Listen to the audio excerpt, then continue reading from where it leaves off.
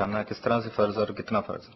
فطرانہ ایک یوں سمجھیے جیسے زکوٰۃ ہے، بالکل اسی طریقے سے اللہ تعالیٰ کی خوشنودی حاصل کرنے کے لیے اللہ کے بندوں کے لیے ہم کچھ خرچ کرتے ہیں.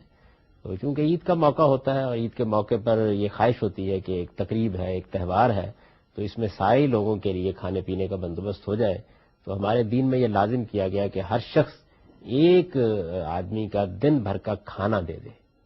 اب ظاہر ہے کہ اس زمانے میں چونکہ غلہ ہی اصل میں کھانے کی چیز ہوتی تھی، کھجور غلہ اس طرح، تو حضور نے اس کی ایک مقدار مقرر کر دی کہ 2 سا کے قریب دے دیا جائے.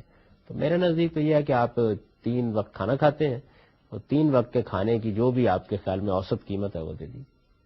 اور یہ گھر کے تمام افراد کے لیے؟ جی، چھوٹے بڑے سب کے. آج اگر ایک بچہ پیدا ہوا ہے تو اس کی طرف سے بھی ادا کیا جائے.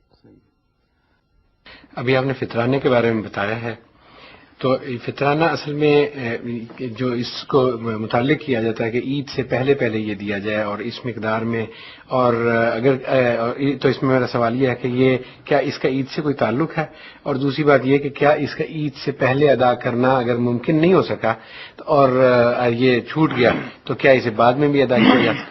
اصل مقصود اس سے یہ ہے کہ عید کے موقع پر لوگوں کو کچھ نہ کچھ مل جائے، تو اس لیے کوشش تو یہی کرنی چاہیے کہ آپ جیسے ہی رمضان ختم ہوا ہے آپ عید سے پہلے لوگوں کو دے دیں جو دینا ہے، بلکہ رمضان کے دوران میں بھی دے دیں تب بھی کوئی حرج کی بات نہیں ہے. لیکن کسی وجہ سے اگر نہیں دے سکے تو پھر عید کے دن، عید کے بعد بھی ادا کیا جا سکتا ہے. ایک فرض ہے جو آپ کے اوپر عائد ہوا تھا، آپ کو اس کو ادا کرنا ہے. اگر کسی وجہ سے نہیں کر سکے تو جیسے نماز قضا پڑھتے ہیں اس طرح فطرانہ بھی دیا جائے گا. بعد میں بھی کسی غریب کے کام ہی آئے گا جو کچھ آپ اس کو دے رہے ہیں، لیکن اصل اس کی روح یہی ہے کہ آپ کوشش کریں کہ آپ عید سے پہلے پہلے کسی آدمی کو دیں.